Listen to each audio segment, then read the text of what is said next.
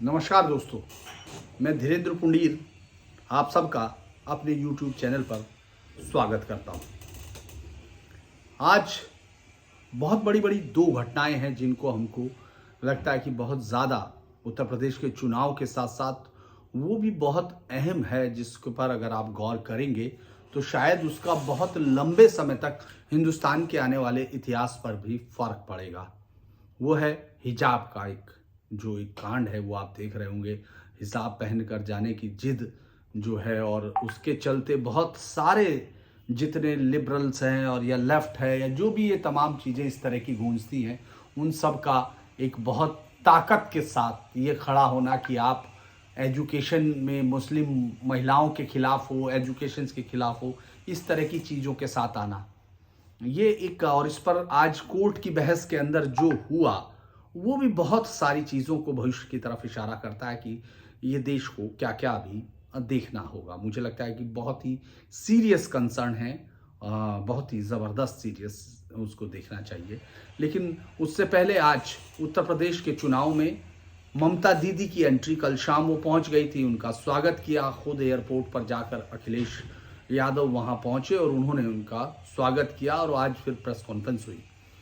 ममता बनर्जी, याद होगा शुरू में जब ये हुआ तो प्रशांत किशोर या तमाम उसकी तरफ की टीमें, या उस समय ये लगा कि यहाँ से जीतने के बाद फिर हम आपको यूपी में करेंगे, यूपी में हराएंगे। लेकिन मुझे इस बात के लिए कहना पड़ेगा कि ममता बनर्जी इस बात को अच्छी तरह से जानती हैं कि अब उनको बंगाल के बाहर उनकी जो ताकत है वो किस तरह से छिज गई। उनका जो एक आवरण था, मुझे लगता है जो उन्होंने बहुत सफाई के साथ बुना था, एक सफ़ेद धोती पहनने वाली, 35 रुपया या 40 रुपये की चप्पल पहनने वाली, और उस तरह का जो आवरण था वो छिज गया था इस पूरे उसमें, क्योंकि पूरे देश का मीडिया जब बंगाल पहुंचा था तो उसने सब कुछ देखते देखते बहुत सारी चीज़ें वो भी देख ली थी जो कि इंग्लिश मीडिया ने पूरी तरह से बुन कर रखी थी।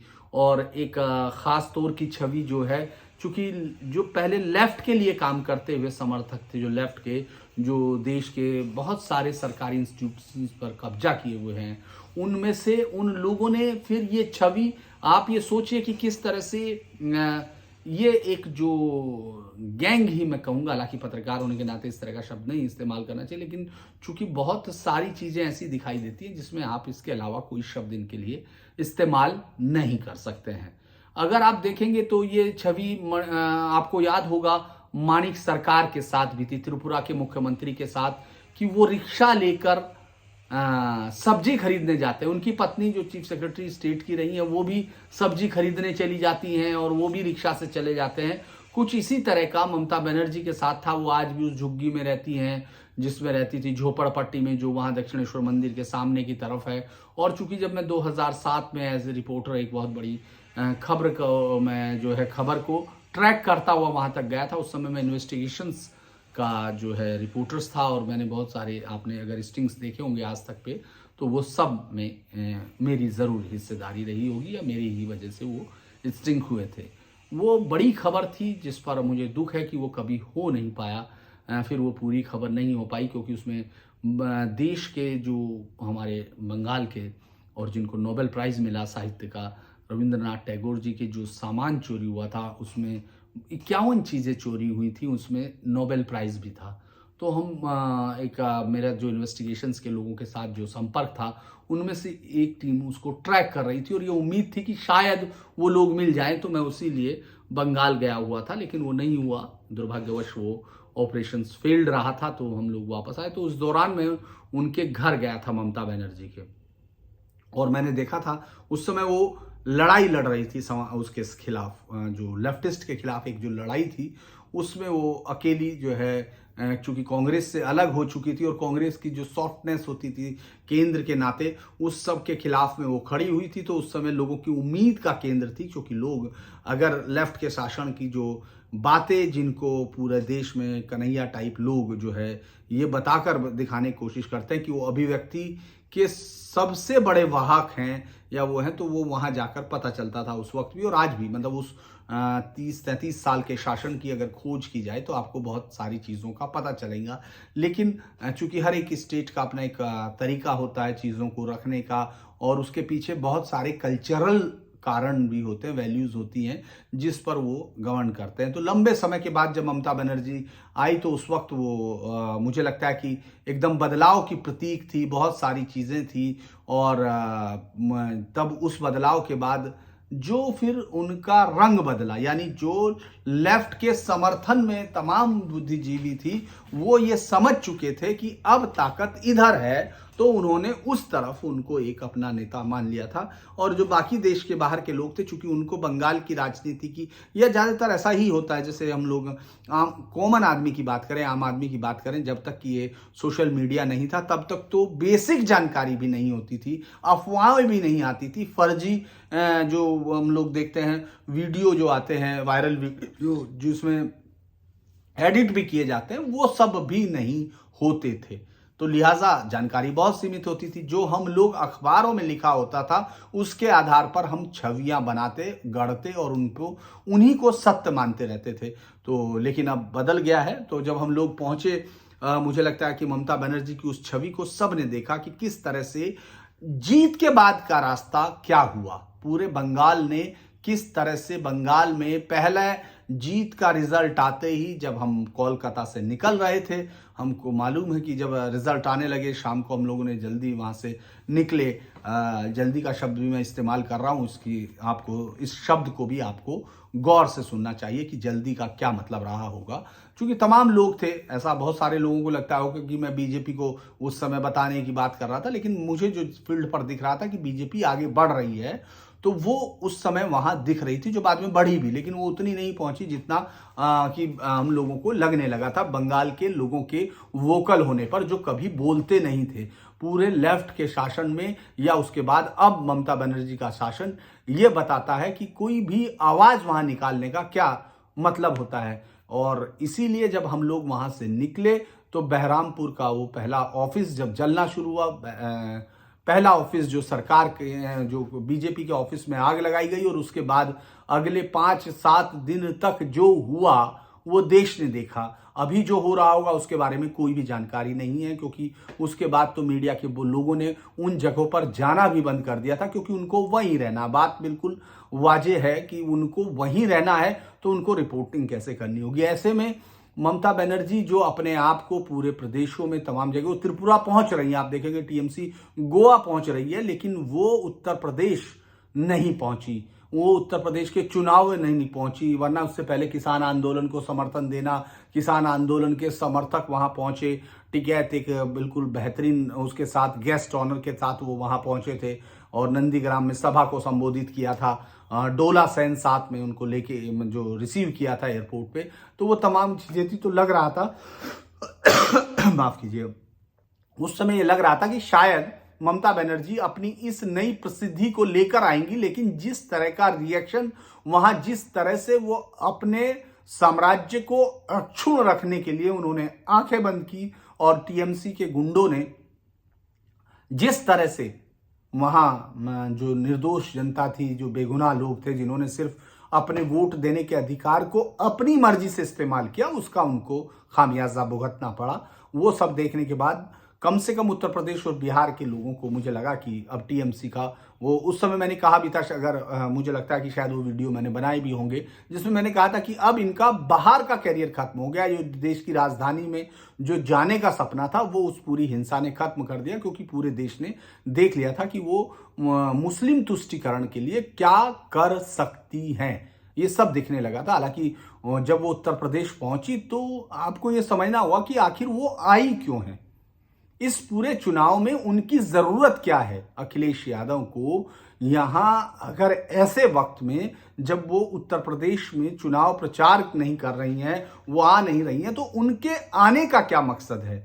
वो जब आके मिलती हैं, वो अगली बार वो 3 मार्च को बनारस भी जाएंगी, तो वो क्या चीज रिफ्लेक्ट करती हैं। दरअसल अगर आप गौर से सुन रहे होंगे तो मैं एक बात बार बार कह रहा हूं कि इस बार जो वोटर्स है, मुस्लिम वोटर है, अल्पसंख्यक वोटर है, जो बीजेपी को हराने के लिए किसी को भी जिताने की कोशिश करता है और उसको किसी काम से मतलब नहीं रहता, वो सिर्फ धर्म के आधार पर वोट करने की जो ज्यादातर कोशिशें हैं वो हमेशा उसमें पाई जाती है। यहाँ तक कि ये लोग चाहे भले ही कुछ भी कहें, लेकिन हाँ, ये मालूम है कि अब वो बहुत सावधानी के साथ फतवों का या मस्जिद से जो इस्तेमाल होने वाला जो राजनीतिक है उसको कोशिश की गई कि उससे रिफ्लेक्ट ना हो और जो उसके बदले, चूंकि उस चीज पर आप निगाह ना डाल सके, तो राजदीप टाइप जो कंपनियां हैं, जो रवीज टाइप हैं, उन लोगों ने एक नैरेटिव गढ़ दिया हिंदू पोलराइजेशंस का। जो हिंदू पोलराइज हो जाएगा तो वोट हार जाएंगे। हिंदू पोलराइज कैसे हो सकता है, ये बात सोचने की है, क्योंकि आज तक ऐसा कहीं नहीं हुआ कि हिंदू पोलराइज्ड आपको दिखा हो। क्योंकि हम लोग भी अक्सर जो अखबारों में बोला जाता है, जो कहा जाता है, जो टीवी पर सुनाया जाता है और बार बार हम सुनते हैं तो उसको सच मान बैठते हैं। क्या यादव हिंदू नहीं है? क्या जाट हिंदू नहीं है? क्या दलित हिंदू नहीं है? अगर ये सब हिंदू हैं तो ये फिर वोट अपोजिशन में क्यों देते हैं बीजेपी के अलावा? पोलराइजेशन में भी वो मुलायम सिंह के साथ खड़े रहे तो ऐसा कैसे हुआ? क्योंकि हिंदू तो पोलराइज हो गया होगा।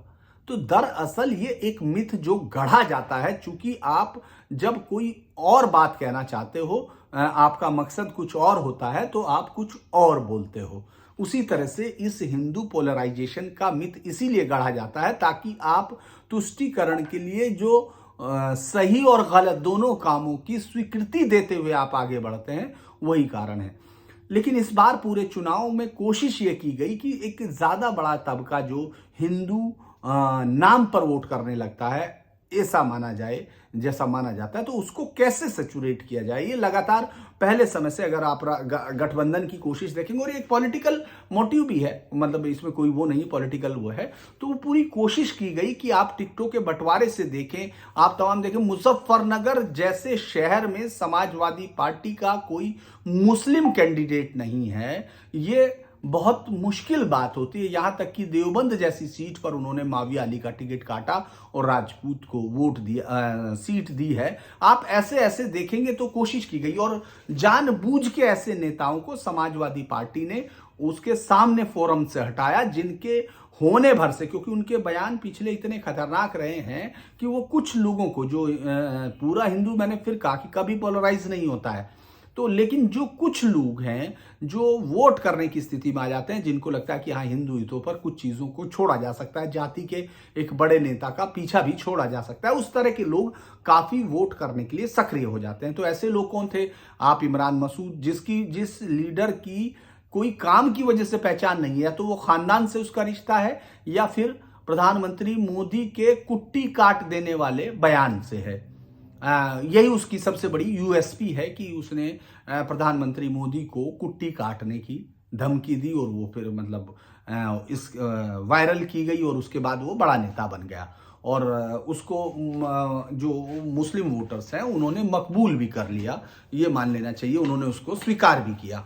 तो एक ये सब शुरू हुआ। उसके बाद आप देखेंगे कादिर राणा, फिर याकूब कुरैशी और अखलाक, शाहिद अखलाक का जो अभी उनका बेटा है, तमाम लोगों ने इन लोगों के बयानों को, जिनके बयानों से उनको लगता था कि पोलराइजेशन हो सकता है, कास्ट का जो सबसे बड़ा गणित, चूंकि उत्तर प्रदेश के चुनाव में कास्ट ही होता है, इसमें कोई मतलब बहुत सारे लोग अपना हो सकता है ज्ञान झाड़ने चले आए, बहुत सारी चीजें लिखने लगे, लेकिन कास्ट का एक मेजर फैक्टर होता है चुनाव के वक्त, और वही पिछले चुनाव में रहा, वो उससे पहले चुनाव में रहा, वही मायने रखता है यहाँ उत्तर प्रदेश में। अगर आप चुनाव को बहुत, बिहार में भी वही रखता है, क्योंकि आप किसी से उम्मीद नहीं करते कि बहुत बड़ी तादाद में यादव बीजेपी के साथ चला जाएगा या नहीं जाएगा, नहीं जाता है वहाँ भी, या फिर वहाँ अपर कास्ट जो है इधर की तरफ, लालू की तरफ बहुत बड़ा शिफ्ट करेंगे, ऐसा नहीं होता है। इसी तरह से, क्योंकि वो जातियों का कोलैबोरेशन है, कैसा उसका एक दूसरे के साथ दुश्मनी हो नहीं, वो अलग चीज है, लेकिन जातियों का जो समीकरण है उसमें वो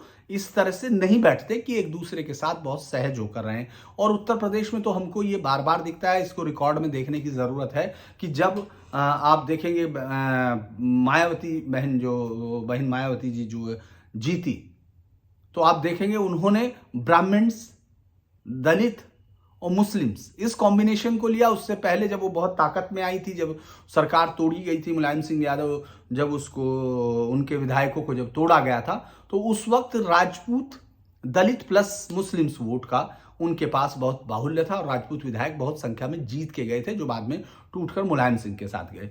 तो वो सरकारों में उसके बाद मुलायम सिंह जब जीते, जब अखिलेश मुख्यमंत्री बने, उस वक्त राजपूत, यादव और तमाम जो बाकी जातियां थी, उन्होंने उनको वोट दिया।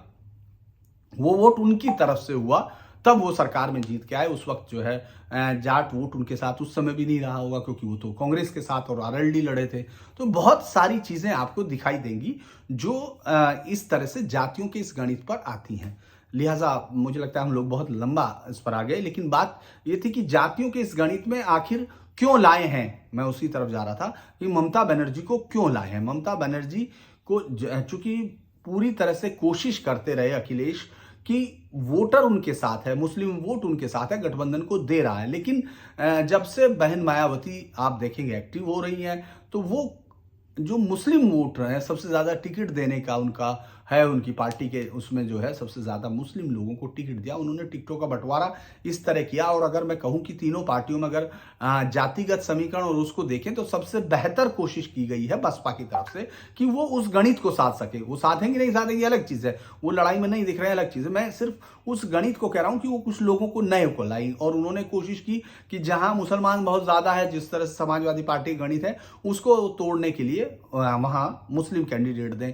और वो कह भी चुकी है कि उनके पहले नंबर पर जो उनकी दुश्मनी है वो समाजवादी पार्टी से, उन्होंने दोबारा उसको दोहराया है। लेकिन अगर आप इसको गौर करेंगे कि फिर अखिलेश आखिर इस फेज में उनको ममता बनर्जी की जरूरत क्या थी। वो ममता बनर्जी जो उत्तर प्रदेश के लोगों को और बिहार के लोगों को बंगाल में गुंडे के अलावा कोई शब्द से नहीं नवाज रही थी, वो जो जिन्होंने कहा कि यूपी बिहार से गुंडे आए हैं, यूपी बिहार से कब्जा करने आए हैं, इस तरह की चीजों के साथ उन्होंने पूरे उसमें और इस तरह से आपको दिखेगा कि ये सब लोग बीजेपी के, चूंकि वहां गए हुए लोग, मारवाड़ी लोग या इस तरह के लोगों से उनको उम्मीद थी कि बीजेपी को देंगे, इसलिए वो लगातार हमलावर रही। और वहां का अगर जो कॉमन वोटर का ट्रेंड देखें, जो टीएमसी का वोटर था, वो भी उस चीज को फॉलो करता रहा। तो ऐसे में वो उत्तर प्रदेश में आके कितने बड़े वोट बैंक को अपनी तरफ आकर्षित कर सकती हैं, ये बार बार सवाल उठता है। शायद इस पर बातचीत हो। लेकिन आप गौर करेंगे कि अखिलेश यादव, जिन्होंने एक पूरी कोशिश की, और चूंकि उनके साथ आरएलडी का वो हो गया, गठबंधन हुआ है, तो उन्होंने उस चीज को रोकने की कोशिश की जो मुस्लिम वोट के खिलाफ एक इकट्ठा होकर कुछ जातियां वोट करने लगे। वो जातियों का समूह ज्यादा है, मुस्लिम वोट बैंक का कम है, क्योंकि अगर वो जातियों का हिंदू होता तो बाकी सब जातियां भी उस फोल्ड में आ जाती, लेकिन वो नहीं होगा। अब आप उसको देखेंगे फिर क्या कारण है। अगर ये सब है तो उसको रोक दिया, लेकिन आपको उन नेताओं की क्षतिपूर्ति करनी होगी जो इस समय बाहर बैठे हैं, जो इस वक्त डर गए हैं, जिनको लगता है, मुस्लिम नेताओं की मैं बात कर रहा हूं, जिनको लगता है कि वो अगर इस वक्त समाजवादी पार्टी के खिलाफ बोलने की कोशिश करेंगे तो जो उनका बना बनाया आधार है वो कहीं खंड खंड ना हो जाए, इसीलिए वो शांति के साथ बैठे हुए हैं। जबकि उससे पहले वो कपड़ों से ज्यादा पार्टियां बदल लेते थे। इस तरह की, इसके बावजूद इस बार नहीं खड़े हुए, तो उनको लग रहा है कि समाजवादी पार्टी ने इस बार मुस्लिम वोटरों को बहुत तरह से, और मुस्लिम भी चूंकि किसी भी तरह से योगी आदित्यनाथ को राजनीतिक इससे हटा देना चाहता है, उसको लगता है कि ये सबसे खतरनाक आदमी उनके लिए है, खतरनाक लीडरशिप है। चूंकि वो एंटी सीए पर भी उसी तरह बोलता है, वो अगर उससे पूछते हैं कि आपका मुसलमानों से क्या रिश्ता है, तो सीधा बोल देता है जैसा उनका मेरे साथ है मेरा उनके साथ है। तो ये सब चीजों के साथ जब वो बोलने वाला नेता है, तो उसके खिलाफ एक बड़ी ताकत के तौर पर एकजुट पे पूरे समय में अगर आप देखेंगे तो ये बातें चलती रही। मैंने भी कई बार बोला है कि बंगाल की तर्ज पर मुस्लिम इस बार वोट करना चाहता है। और वो वोट किस तरह होगा कि जब आप कहीं भी हैं, चाहे आप मालदा, मुर्शिदाबाद और वो तमाम जगह जहां कांग्रेस के पास वोट रहा है, जहां कांग्रेस वोट लेकर जीतती रही, और आंधी में भी जब ममता बनर्जी की पिछली बार जब सीटें 211 थी, तब वो वहां इससे पहले चुनाव में, तब भी वो उसने बहुत ताकत के साथ वहां कांग्रेस खड़ी रही। वहां का मुस्लिम वोट भी एक तरफा शिफ्ट हो गया। जो वामपंथी वोटर्स थे, जो मुस्लिम्स वोट उसके साथ थे, क्योंकि वामपंथियों ने देश के साथ बहुत ही बड़ी मतलब कई बार इस तरह की चोट की है सिर्फ उस वोट के लिए, तो वो उनके साथ खड़ा हुआ वोट भी पूरा का पूरा शिफ्ट हो गया, क्योंकि उनको पता था कि अब इनकी कोई उपयोगिता नहीं है। उस वोटर्स को मालूम था कि अगर हमको बीजेपी को रोकना है तो अब यहाँ कम्युनिस्ट पार्टी का कोई भी नाम लेवा पानी देवा नहीं, और इसीलिए वो 0 पर सिमट कर गायब हो गई, सत्ता के चुनाव से गायब हो गई। सिर्फ उसके नेता आज मैं देख रहा था, एक बहुत अच्छा लेख मैंने लिखा है टाइप करके, वो कविता कृष्णन जो हर समय आपको स्क्रीन पर दिखती थी, और तमाम जो कश्मीर से लेके तमाम चीज़ें, जो भी देश के खिलाफ अगर कोई बेहतर चीज़ हो सकती हो उसके लिए बहुत ही अच्छा अगर उसको शब्दों में ढाला जाए और उसमें कानून के दायरों का ख्याल रखते हुए तमाम चीज़ों का इस्तेमाल आपको दिखता है, जिससे लोग चिढ़े, कॉमन आदमी चिढ़े, लेकिन उसका अपना उनका इशारा पूरा हो जाए। तो इसीलिए जब आज ममता बनर्जी पहुंची कल, तो सबसे पहला सवाल जो हल हुआ वो ये था कि किसी भी तरह उस मुस्लिम वोटर को ये मैसेज जाना चाहिए। उस मैसेज के लिए जरूरी नहीं कि अखिलेश खुद कोई इस तरह का शब्द इस्तेमाल करे या उन लीडर्स को आगे करें जो अपने शब्दों से जहर उगलकर या इस तरह के तीखे शब्दों के साथ, जैसे कुछ बीजेपी के वोटर्स में जो उनके लोग होते हैं, बीजेपी के जो विधायक हैं जो काम नहीं करते लेकिन इस तरह के शब्दों का इस्तेमाल करके अपनी सीट बचाना या दिल्ली में बैठे हुए लोगों के लिए नज़रों में अपने आप को आगे करने की कोशिश करते हैं। तो उसी तरह से कुछ लोगों को जो बोलने की आदत थी उनको चुप रखा अखिलेश ने। वो चाहते थे कि ये ना हो, इस तरह की चीज का ध्रुवीकरण करने में कहीं फायदा ना मिल जाए उस सब का, लेकिन वो भी करना है, अपने वोटर्स को मैसेज भी देना है। तो वहां ममता बनर्जी काम आती हैं। ममता बनर्जी इतनी ज्यादा एक्सट्रीम तक जाकर कि दुर्गा पूजा पर भी सवाल खड़े कर दें अगर उनको मुहर्रम या रमज़ान की हो, इस तरह की चीज़ें आपने खबरें देखी हैं, तमाम चीज़ें।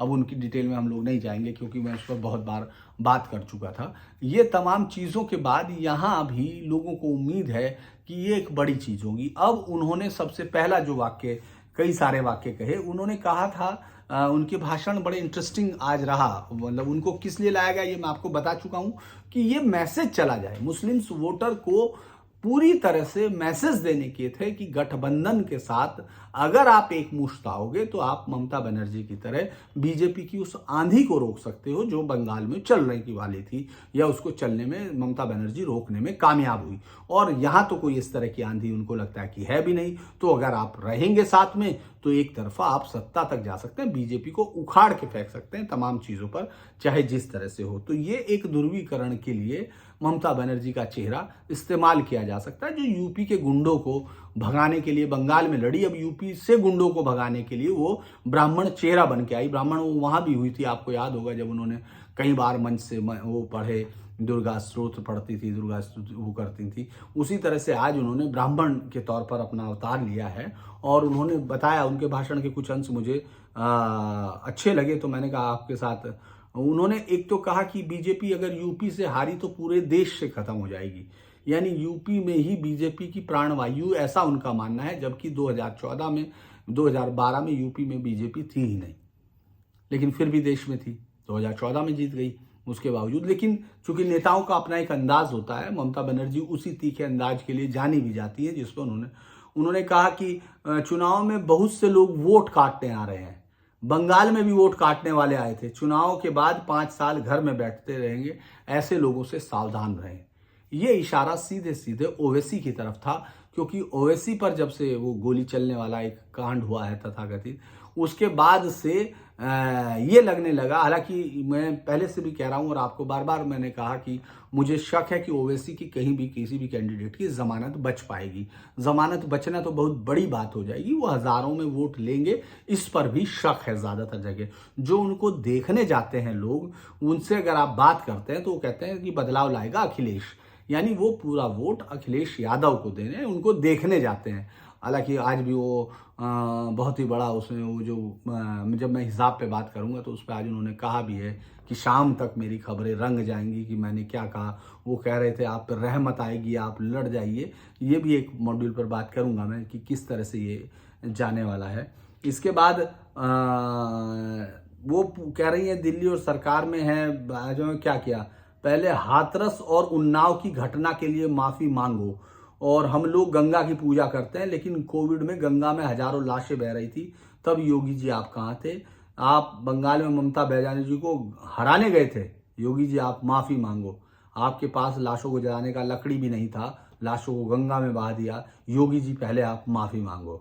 हमने बंगाल के लोगों को साइकिल दिया, ये ममता बजट का आधा पैसा उन्होंने कहा बीजेपी विज्ञापन में खर्च दी, और हम चाहते कि एनआरसी से किसी के साथ कोई भेदभाव ना हो, ये उनका कहना है। बीजेपी वाले इतिहास को भी बदल रहे हैं, सब चीज़ों का, स्टेशन का, शहर का नाम बदल रहा है, बाबा साहब के संविधान से खिलवाड़ कर रहे हैं। बीजेपी लोकतंत्र को नाश कर रही है, और अगर सत्ता में आई तो किसान बिल फिर लाएगी। आज देश के लिए खतरे की पार्टी है। अगर आप इकट्ठा हो जाएं तो बीजेपी हार जाएगी। ममता बनर्जी ने ये भी कहा योगी आ गया तो यूपी में बहुत नुकसान हो जाएगा, योगी को कुछ नहीं आता है। उनका कहना है मैं योगी के साथ कई बार सांसद रही हूँ, मैं हिंदुस्तान को पहचानती हूँ, यूपी में अखिलेश यादव समाजवादी पार्टी जीतने वाला है। वो डराएंगे सेंट्रल एजेंसी, लेकिन डरने का नहीं, ना डरने वाले की जीत होती है। यूपी देश को बचाता है, लेकिन इस बार यूपी को बचाना है। चुनाव के वक्त सब संत बन जाते हैं। बंगाल चुनाव में भी हमारे घर के पीछे सीबीआई ईडी लगा दिया। यूपी की लड़ाई इज्जत की लड़ाई है। यूपी का रोशनी सिर्फ अखिलेश ला सकता है। पश्चिमी यूपी पहले चरण का चुनाव में रास्ता दिखाएगा। जीतने के बाद हम फिर यूपी आएगा। जो बंगाल किया है वो यूपी भी करके दिखाए। बीजेपी को यूपी से हटा दो, हम उन्हें देश से हटा देंगे। 3 मार्च को फिर बनारस आऊंगी। पश्चिमी उत्तर प्रदेश का उन्होंने बाकायदा जिक्र भी किया है, और यही वो हिस्सा है जहां अखिलेश को ममता बनर्जी की सबसे ज्यादा जरूरत भी है। अगर आप देखेंगे तो अगर बसपा जैसे जैसे स्पार्क पकड़ती है, हालांकि आज तो चुनाव प्रचार ही खत्म हो गया, तो बहुत ज़्यादा बहन मायावती नहीं निकल पाई होंगी, तो मतलब नहीं निकली हैं, तो उनके वोटर्स को कितना ज़्यादा उनके साथ राब्ता रहा मुझे मालूम नहीं है। आज बल्कि कोई चीज़ और भी उनके लिए चल रही थी, उनके एक कोऑर्डिनेटर को लेकर कुछ मुझे लगता है सोशल मीडिया में घूम रहा था अलग अलग। तो ये सब चीज़ें मुझे लगता है कि उसको रोकने की कोशिश में ममता बनर्जी आई है। हालांकि मुझे उस पूरे चुनाव में ये बात बहुत महसूस होती रही कि उत्तर प्रदेश के लोगों को काफ़ी गालियां, लेकिन चूंकि हम लोगों के लिए कोई प्रदेश है नहीं, हम तो ये मान के चलते हैं देश, और उत्तर प्रदेश की एक बड़ी खासियत है, ये आपको सब जगह शायद कहीं नहीं मिलेगी और किसी भी राज्य में इस तरह नहीं मिलेगी कि यहाँ के किसी भी आदमी से आप ये नहीं सुन पाओगे कि साहब ये उत्तर प्रदेश है, साहब ये कोई खास किस्म से वो नहीं करता कि एक रीजनलिज्म का आपको कहीं ना कहीं बाहर महसूस होता है, वो आपको यहाँ कहीं किसी भी आदमी को उत्तर प्रदेश में रह के नहीं लगता। ये इस बात के लिए उत्तर प्रदेश की आप सब लोगों को तारीफ करनी चाहिए कि ये फील आपको कहीं नहीं आएगा कि आप इस प्रदेश में कहीं दूसरे के, आप कहीं बैठ सकते हैं, वही आपका हिस्सा है। यहाँ कोई किसी से बाहरी नहीं कहता, ये शब्द यहाँ चलता नहीं है कि ये बाहरी है, वो बाहर दूसरे गांव का हो सकता है, दूसरे गांव का हो जाता है, उसको लेकर नहीं चलता। लेकिन ममता बनर्जी से बहुत गालियां खाई हैं, और मुझे लगता है कि ममता बनर्जी अब चूंकि गुंडों को भगाते भगाते यूपी चली आई हैं, और उनको लगता है अब यहाँ से भी वो भगा देंगी, तो ये अखिलेश यादव के लिए उनकी एक मदद है कि वो कैसे जो है अखिलेश यादव को जिता सकते हैं। और ममता बनर्जी अब ध्रुवीकरण के लिए एक बड़ा चेहरा बन चुकी हैं। ओवैसी भी उनके सामने पानी भरते दिखेंगे।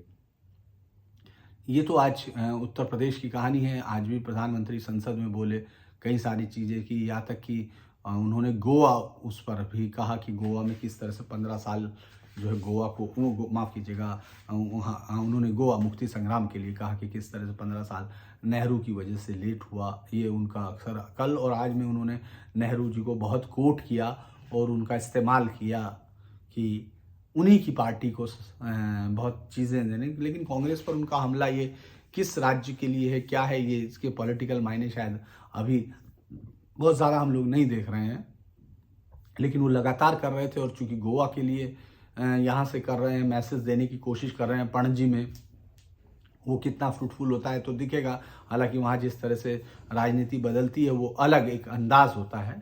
लेकिन आज का जो सबसे बड़ा इवेंट्स हमको लगता है जिसका हिंदुस्तान के ऊपर इस यूपी चुनाव से भी ज़्यादा फर्क पड़ेगा। वो बेंगलुरु कोर्ट में जो वहाँ जो चल रहा है हाई कोर्ट में मुकदमा, उस पर ज़्यादा है, जिसमें आज वो हिजाब पहनने पर जो स्कूल की लड़कियां अचानक हिजाब पहनकर पहुंच जाने लगी। अभी तक वो हिजाब और वो सरकार जो ड्रेस कोड है सरकार उसको लागू कर सकती है, उसके विरोध में उन्होंने शुरू कर दिया। लेकिन ये एक पूरी तरह से आप एक पैटर्न के तौर पर देखेंगे, ये आपको हर जगह मिलेगा।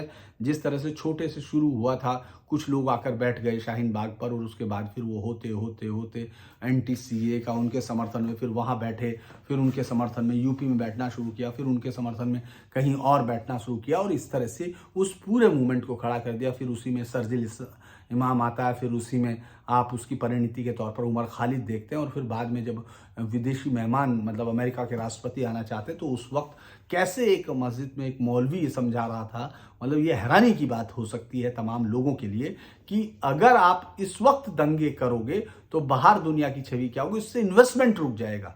मतलब इकोनॉमी को कैसे आप क्रश कर सकते हो, ये आपको वो समझा रहा है जो हाफिज साहब पढ़ के आपको बता रहे थे। इसी तरह का पैटर्न आपको इसमें भी दिखाई देगा कि वो शुरुआत में कुछ लड़कियां जाके हल्ला करती हैं, वो ये बताती हैं कि नहीं साहब ये हमारा वो राइट है, ये तमाम चीज़ें हैं इस तरह से। और उसके बाद जब उनको मना किया जाता है, क्योंकि ऐसा कभी नहीं हुआ, बुर्का पहन के तो कभी मैंने नहीं देखा। मैं वेस्टर्न यूपी में पढ़ता हूँ और हिजाब तो इससे पहले आपको कहीं दिखाई नहीं दिया हुआ, ये तो वेस्ट की ईरान से आया हुआ अभी के कुछ समय का है ये जो दिखने लगा है, इससे पहले तो कुछ नहीं।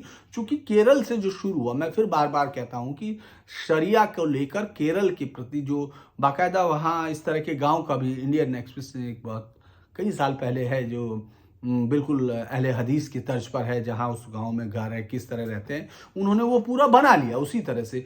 धीरे धीरे आप देखेंगे कि ये बात बहुत खतरे की होती जा रही है। ये एक्सट्रीमिज्म का बढ़ना है, इस पर अगर आप गौर नहीं कर रहे हैं तो मुझे लगता है कि बहुत ही चीज़ों को आप लाइट में जाने दे रहे, जिसका नुकसान बहुत ज़बरदस्त तरीके से होगा। इसका किसी पार्टी से कोई लेना देना नहीं कि भाजपा इसका बहुत विरोध, चूंकि वो भी जिस तरह के चीज़ों का फैसला करना है उसमें वो राजनीतिक नफ़ा नुकसान देखने की हद तक जाते हैं। लेकिन मेरी जो सबसे बड़ी हैरानी होती है वो कोर्ट्स से होती है, क्योंकि कोर्ट्स में जो ज़्यादातर लोग जो खास तौर से जो बहुसंख्यक वर्ग के जज, हालांकि ऐसा कहूँगा मैं माफ़ी मांगना चाहूँगा अगर उनको लगता होगा कि इसमें है इस्तेमाल, लेकिन मैं मेरे संवैधानिक अधिकारों के हिसाब से जो मुझे दिखाई दे रहा है उस पर बात करता हूँ। वो बहुत कुछ समझने की कोशिश करते हैं, वो बहुत ऐसी चीज़ें बोलते हैं जैसे कि वो बुढ़िया पैगंबर मोहम्मद साहब के ऊपर कूड़ा फेंकती थी, जिसका जिक्र किसी इस्लामिक लिटरेचर में नहीं है लेकिन वो हिंदुस्तान के लोगों में है। तो उसी तरह की चीज़ें वो उसमें बोलेंगे कि शांति और ये तमाम चीज़ें, क्योंकि आज जब बहस हो रही थी तो कुरान शरीफ को मंगाया गया और जज साहब ने उसको देखा, मतलब उसके लिए कहा और उसके आधार पर, चूंकि वो इसी के आधार पर बताने की कोशिश कर रहे हैं। अगर आप ये बहुत बड़ा इम्प्लीकेशन होने जा रहा है, क्योंकि अगर आप कुरान शरीफ को सोर्स के तौर पर मान रहे हैं और उसमें ये मान लिया जाता है कि हाँ ये है, तो कल को आप क्या कुरान शरीफ के आधार पर जो बाकी सब कुरान शरीफ की आयतें हैं उनको भी लागू करने की बात करेंगे?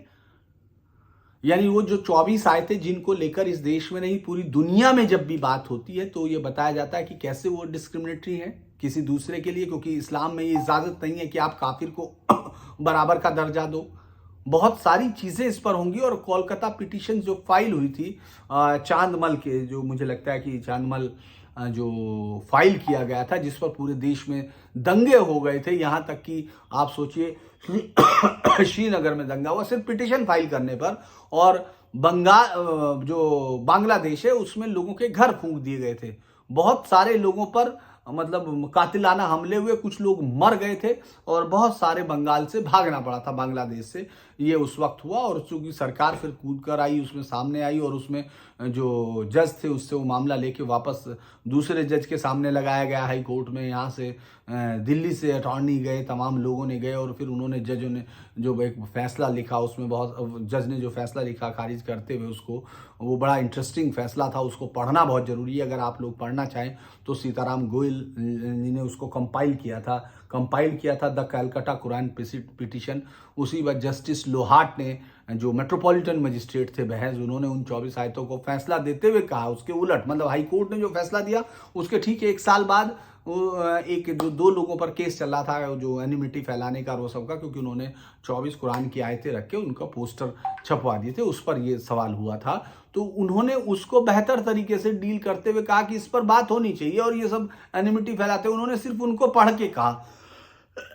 लेकिन आज जो जज साहब, जिनको ये लगता है कि वो बहुत ही, दरअसल इस देश में सेकुलरिज्म की सलीब को ढोना बहुत आसान नहीं है। आपको बहुत सारे ऐसी चीजें अपने से गढ़नी पड़ती हैं जिनका इस्लाम से कोई दूर का भी रिश्ता नहीं होता। आप उसमें अपनी तरफ से गढ़ रहे हैं, उनको बता रहे हैं, जबकि इस्लाम के सारे स्कॉलर जानते हैं और वो ये भी जानते हैं कि इसका कोई लेना देना नहीं। चाहे वो इल्म सीखने के लिए चीन तक जाने वाली कहावत हो, ये कहीं नहीं मिलेगी, किसी हदीस में नहीं है, किसी तफसीर में नहीं है, कहीं कुरान शरीफ में नहीं है। लेकिन वो आपको बहुत सारे लोग मानेंगे और आप मान लेंगे उसको, उस चीज को ऐसे ही मान लेंगे, क्योंकि जब तक आप इस पर बात ही नहीं करेंगे तो सवाल कैसे खड़ा होगा। क्योंकि आप देखिए आज कई जगह शहरों में दंगे हो गए, मतलब पथराव हो गया, वो उन्होंने चूंकि वो हिजाब को अपना, चूंकि वो धीरे धीरे ये कट्टरपंथ की तरफ बढ़ती हुई एक वो पूरी चीज है, क्योंकि आपने कभी रूट्स पर बात ही नहीं की। आप इस बात के लिए इतनी सहजता के साथ आप ये मानते रहे। जब देवबंद वाले कहते हैं कि हमने तो इस देश के लिए संघर्ष किया, दारुल उलूम जब कहता है, या अलीगढ़, तो आप मान लेते हैं, क्योंकि आपका इतिहास से कोई रास्ता ही नहीं है, आपका राब्ता ही नहीं है, आप उससे मतलब ही नहीं रखते कि वो किसकी लड़ाई लड़ना चाह रहे थे, वो क्या चाह रहे थे, वो उसका मतलब क्या था, और इस्लाम में फिर बाकी सबका क्या मतलब है। इस सब पर जब तक आप बात नहीं करेंगे तब तक समरसता की बात ही नहीं हो सकती। क्योंकि जिन लोगों के लिए ये एक वोट है, जिन लोगों के लिए देश का इससे ज्यादा कोई मतलब नहीं है, क्योंकि तब तक वो इतना पैसा ले चुके होते हैं कि या तो आप उनको राष्ट्रपति या मतलब वो लगातार चुनते रहो, नहीं तो बहुत जल्दी आप उनको ढूंढने के लिए विवश हो जाते हैं, क्योंकि उनके पास इतनी संपत्ति है। और इसमें कोई शक नहीं है, सिर्फ मजाक से ज्यादा, और मजाक से ज्यादा कुछ नहीं होगा अगर आप कहेंगे कि आप ऐसे नेताओं को नहीं जानते जिनके विदेशों में घर हैं, या जिनके बच्चे विदेशों से पढ़ के यहाँ आके फिर गरीबों की लड़ाई लंबे तौर पर लड़ते हैं। वो चाहे कोई भी पार्टी हो, सत्तारूढ़ पार्टी क्यों ना हो, और चाहे बीजेपी, और ये तमाम लोगों, इसी समय में आप देखेंगे बहुत सारी चीजें साफ तौर पर दिखाई देती हैं। आज उसमें अगर जज साहब उस कोर्ट में कुरान शरीफ को मान लेते हैं, उसको सोर्स बुक के तौर पर लेते हैं, तो क्या कुरान शरीफ में जो बाकी वो 24 आयतें हैं जो काफिरों को मारने के लिए, जो काफिरों को कत्ल करने के लिए, जहां भी ढूंढो उनको कत्ल करो, मुशरिकीन किस तरह से उनका हर करना है, जिस तरह से जजिया है, ये तमाम चीजें, उन सबको उनको सोर्स के तौर पर मानना पड़ेगा। और वो उनका फेथ है। अगर आप इस फेथ पर ये मान रहे हैं कि वो ये फेथ कहता है, कुरान शरीफ के आधार पर आप फैसला कर रहे हैं, यानी शरिया पर आप फैसला दे रहे हैं, तो आपको ये भी मानना पड़ेगा कि किसी ने अगर कत्ल कर दिया, जैसे कल परसों दुर्गा पूजा में एक भाग लेने के लिए कुछ मुसलमानों ने एक युवा को मार दिया गया, उसकी कोई आवाज नहीं आएगी, पीट पीट कर उसको मारा। और चूंकि सरस्वती पूजा शायद उसका उसमें हिस्सा लेना बसंत पंचमी के, उसके जुलूस के बाद उसको मार दिया गया, तो उस पर कोई नहीं, तो आप उसको सजा नहीं दे सकते हैं, क्योंकि वो उसके लिए कोई गलत कार्य नहीं है। और वो इस बात को कहेगा कि घात लगा के बैठना है और फिर मारना है, तब आप उसके उस विश्वास को कैसे मना कर देंगे। मतलब कोर्ट ये कैसे मना कर देगा कि ये जो कुरान शरीफ में इतने हिस्से तक तो ठीक है, ये पायस मान लिया जाएगा, लेकिन ये बात नहीं मानी जाएगी। क्यों नहीं मानी जाएगी? और फिर कुरान शरीफ को समझने के लिए, चूंकि आपने जो ट्रांसलेशन लिया है, ट्रांसलेशन को तो माना नहीं जाता, क्योंकि कौन सा ट्रांसलेशन अधिकृत माना जाएगा, क्योंकि वो तो फिर अरबी से है। तो फिर आपको, मैं बहुत बार सुनता हूं, जब बात भी करता हूं तो कोई चीज जब पूछता हूं तो वो कहते हैं कि आपको अरबी आती है क्या, तो मैं कहता हूं इसमें तो ये ट्रांसलेशन है। तो कहेंगे कि नहीं नहीं नहीं, ट्रांसलेशन से कुछ नहीं होता, आपको अरबी नहीं आती है क्योंकि अरबी में एक शब्द के 100 मायने हैं। अरे भाई, हर भाषा में हर एक शब्द के बहुत सारे मायने होते हैं, कोई नया काम नहीं है। और वो इतने अल बरूनी को अगर आप पढ़ेंगे तो उसने संस्कृत भाषा को ये कहा था कि ये हमसे बहुत बड़ी भाषा है। वो अरबी का और पर्शियन का विद्वान था। उसने लिखा था कि इस भाषा में इतनी ज्यादा दुर्गम है और इतने ज्यादा इसका शब्द भंडार हमारे से बहुत ज्यादा है। तो क्या करेंगे? दरअसल ये जज साहब ने एक बहुत बड़ा पिटारा दरअसल सेकुलरिज्म का बोझा ढोते ढोते खोल दिया है। वो अगर आप इन सब को मानेंगे तो फिर आपको वो भी मानना पड़ेगा, क्योंकि ये अल्लाह का कलाम है, तो आपको वो भी कलाम मानना पड़ेगा। आप उसको क्यों नहीं मानेंगे? और चूंकि जब आप कुरान शरीफ को समझने में पूरी तरह नहीं समझ पाएंगे, क्योंकि उसका पूरा मतलब उसमें नहीं आएगा, तो आपको माफ कीजिए, हदीस की जरूरत पड़ेगी। और जब आपको हदीस की जरूरत पड़ेगी तो फिर आप कौन सी हदीस लेंगे? हदीसों पे तो इख्तलाफ है। आप सही बुखारी लेंगे, आप सही जो मुस्लिम की लेंगे, या और कई सारी हदीस हैं उसकी, दाऊद की लेंगे, किसकी लेंगे? और जब आपको हदीस में कंफ्यूजन होगा तो फिर आप तफसीर पे जाएंगे। तफसीर इब्ने माजा है, इब्ने कुर्तबी है, इब्ने दाऊद है, किसकी लेंगे? जलालैन की है, किसकी लेंगे भाई? आप मुहद्दिसिन इस्लाम को किसको मानेंगे? क्योंकि वो तो अलग अलग फिर फिरकों में बटा हुआ है, फिर उसमें से किसकी बात मानेंगे? और फिर वहां क्या, चूंकि अब तो एक्स मुस्लिम भी एक पार्ट है, क्या उनको भी बुलाया जाएगा? वो भी बताएंगे। अगर आप इस तरह देखेंगे तो आपने तो एक पूरा का पूरा पिटारा खोल दिया है, क्योंकि ये इस तरह से हल ही नहीं होना है, क्योंकि वो एक पैटर्न है। वहां एक से शुरू होता है, हल्ला होता है, वो सब चीजें करते हैं और उसके बाद फिर उसको बढ़ाता चला जाएगा कोई ना कोई। ये जो एक कट्टरपंथी संगठन कोई जो इनमें से ज्यादातर लोगों को समझाता है, वो पूरा एक प्लान के साथ करता है। अभी आप देखेंगे अलग अलग जगह मांग शुरू हो जाएगी, और अभी इधर से चिश्ती मांगने लगेगा, उधर से कोई और मांगने लगेगा, इधर से कोई और आ जाने लगेगा, उधर उनका नेता इधर भाषण देगा, फिर वो उधर देगा, और इस तरह से पूरी दुनिया में इधर से लेफ्ट की जो है, आज मैं देख रहा था कोई जान किया जेएनयू में पढ़ाने वाली ईयर, वो जो है उसका आर्टिकल था, वो बता रही थी कि आप उन बच्चियों के पढ़ने का रास्ता रोक रहे हैं, या ये हिंदू कट्टरवाद है। उसमें कौन सा हिंदू कट्टरवाद है? उन अल्पसंख्यक स्कूलों में जाकर देखिए जहां वो कोई साइन नहीं लेने देते, हिंदू या किसी दूसरे धर्म का कोई साइन नहीं लेने देते। उन मदरसों में आप जाके देख सकते हैं, बहुत सारी जगह जाकर देख सकते हैं। कोई, मैं इसलिए नहीं कि किसी के प्रति मुझे ये है, मैं सिर्फ इस देश का नागरिक होने के नाते मेरी समझ ये कह रही है कि आप जो है कि जो एक भानुमति का पिटारा आप खोलने की कोशिश कर रहे हैं, उसके अंदर तो बहुत सारी चीजें होंगी। आप अपने आप को सेकुलरिस्ट साबित करने के लिए देश के संविधान को सलीब पे वैसे ही चढ़ा देंगे, क्योंकि संविधान में तो इतनी बार बदलाव हुआ। और जिस बाबा साहब अम्बेडकर के संविधान की वो बात कर रही थी ममता बनर्जी, उन्होंने क्या कहा है? उन्होंने तो इस सब पे कहा है कि कौन सी सामाजिक बुराई। अब उन्होंने कहा कि बाल विवाह की दृष्टि से उन्होंने कहा कि मुसलमानों को, बहुत सारे मुस्लिम महिलाओं के उदाहरण अधिक आज़ादी सुनिश्चित करते हैं, ठीक है। मुसलमानों में विवाह का अनुबंध होने पर मुस्लिम पर्याप्त संरक्षण दिया है, दावा किया जाता है। मुस्लिम कानून ने पत्नी को भी, मुस्लिम कानून के तहत विवाह के समय कतिपय मामलों में उसके बाद ही पत्नी ऐसा अनुबंध कर सकती है जिसके द्वारा ये मुस्लिम कानून में व्यवस्था की गई कि मेहर या दहेज, मतलब उसमें कहा है। लेकिन मुस्लिम महिला समस्त कानूनी प्रावधानों में महिला के पक्ष में होने पर भी विश्व भर में सर्वाधिक असहाय अवस्था में है।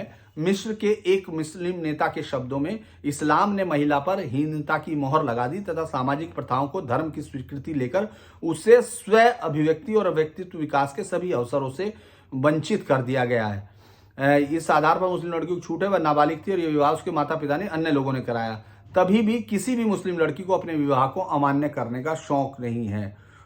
ऐसे में तलाक शब्द का, अब ये भी है, तलाक के मामले में उदारता के कारण एक महिला के पूर्णतः मुक्त और सुखद जीवन की परमार्शक आधारशिला सुरक्षा की अनुभूति नष्ट हो जाती है। मुस्लिम कानून महिलाओं को मुसलमानों को 4 महिलाओं से एक समय पर विवाह करने की अनुमति देता है। इसे इसलिए कोई असामान्य नहीं कहा जाता क्योंकि ये उस मामले में हिंदू कानून की तुलना में अधिक प्रगतिशील है। जबकि हिंदू कानून बन चुका, उसके बाद जो चेंज हुआ उसमें 1 से ज्यादा शादी नहीं कर सकता। परंतु 4 कानूनी पत्नियों के अलावा मुस्लिम कानून एक मुसलमान को अपनी महिला गुलामों से भी सहवास की अनुमति देता है, और महिला गुलामों की संख्या के बारे में उस कानून में कुछ नहीं बताया गया। बहुविवाह करने और तथा रखे रखने की प्रथा से विशेष रूप से मुस्लिम महिला की दयनीय स्थिति तथा उससे उत्पन्न बुराइयां वस्तुतः अवर्णनीय है ना। ये जॉन पुल इस्लाम के शत्रु नहीं है, माननीय जॉन जे पुल इस्लाम के शत्रु नहीं है, लेकिन उनका ये कथन है तलाक के मामले में छूट का मुसलमान बहुत अधिक लाभ उठाते हैं। स्टुअर्ट मार्जन ने इस पर अपनी पुस्तक इस्लाम एंड इट्स फाउंडर में कहा है, कुछ मुसलमानों ने लगातार अपनी बीवियां बदलने की आदत बना ली। किसी की 20 और 30 पत्नियां हर महीने, चौथे महीने में एक नई बीवी ले आते हैं। मैं इस पर मैं नहीं बताऊंगा आपको, ये साहब आप पढ़ लीजिएगा। ये देखिए, आपको अगर ये समझ में आ रहा हो, ये हमारे डॉक्टर BR अम्बेडकर की बुक है, और मुझे लगता है कि आपको हर एक आदमी को इस बुक को पढ़ना चाहिए, ताकि जो झूठ फैला रहे हैं, जो एक के बाद एक आप संसद में सुनते हैं, जो लोग बताते हैं सारी चीज़ें, मैं आपको ये बता दूंगा कि इसमें ऐसी चीज़ें जिनको आपको लगेगा कि ये किसने लिखा, और अगर उनके हिसाब से सुनेंगे तो उनको लगेगा संघ ने लिखा, क्योंकि उनको हर समय में यही लगातार रहता है। इसमें बहुत अच्छी बातें हैं जो आपको ये झूठ से भी ध्यान देने वाली। दूसरी बात, हिंदुओं की कमजोरियों से लाभ उठाने की मुसलमानों की भावना है। हिंदुओं द्वारा विरोध करने पर पहले तो मुसलमान अपनी बात पर अड़ते हैं और उसके बाद हिंदू जब मुसलमानों को कुछ दूसरी रियायतें देकर मूल्य चुकाने के लिए तैयार होते हैं तो मुसलमान जिद छोड़ देते हैं। इस प्रयोजनार्थ अलग अलग ये उन्होंने कई बार कहा है। इसको उन्होंने कई बार कहा और इन्होंने कहा कि ये एकदम कई सारी चीजों को कहा कि अनुचित लाभ उठाने की इस प्रवृत्ति का दूसरा प्रमाण मुसलमानों द्वारा गो हत्या के अधिकार और मस्जिदों के पास बाजे गाजे की मनाही की मांग से मिलता है।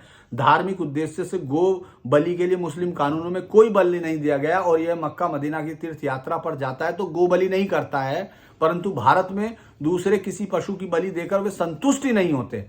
सभी मुस्लिम देशों में किसी मस्जिद के सामने गाजे बाजे के साथ बिना आपत्ति के गुजर सकते हैं। यहां तक कि अफगानिस्तान में भी जहां धर्मनिरपेक्षीकरण नहीं किया गया, मस्जिदों के पास गाजे बाजे पर आपत्ति नहीं होती, परंतु भारत में मुसलमान इस पर आपत्ति करते हैं मात्र इसलिए कि हिंदू इसे उचित मानते हैं। तीसरी बात, मुसलमानों द्वारा राजनीति में अपराधियों के तौर तरीके अपनाया जाना है। दंगे इस बात के पर्याप्त संकेत हैं कि गुंडागर्दी उनकी राजनीति का एक स्थापित तरीका हो गया है। चेकों के विरुद्ध सुडेटन में जर्मनी ने जिस प्रकार तौर तरीकों अपनाया था वे उसका जानबूझकर समझते हुए अनुकरण करते हुए प्रतीत हो रहे हैं। जब तक मुसलमान आक्रामक थे हिंदू सहनशील बने रहे और संघर्ष में मुसलमानों से अधिक नुकसान हिंदुओं को उठाना पड़ा, परंतु जब हिंदुओं ने भी जवाबी आक्रमण करना सीख लिया और अब वे मुसलमानों को छुरा घोंपते हुए किसी तरह का संकोच नहीं महसूस करते तो प्रत्याक्रमण के इस मनोभाव के कारण गुंडागर्दी के खिलाफ गुंडागर्दी करने का भद्दा दृश्य नजर आता है। मैं इस पे आपको फिर दोबारा कह रहा हूं कि ये सब जो प्रेशर है ये सब बहुत पहले बाबा साहब अम्बेडकर बता चुके हैं। इसको पढ़ना चाहिए और मुझे लगता है आज ये लंबा हो गया। मैं आपको और भी बातें करना चाहता था लेकिन अब कल के लिए, चूंकि आज चुनाव प्रचार खत्म हुआ, कल देखते हैं क्या है। लेकिन आप सबसे तब तक के लिए नमस्कार। लेकिन मैं आपसे एक बार कहूँगा, ये मेरा अनुरोध है कि आप इसको लाइक कीजिए, सब्सक्राइब कीजिए और शेयर कीजिए ताकि इसकी वो बढ़िए, इसकी थोड़ा रीच बढ़े।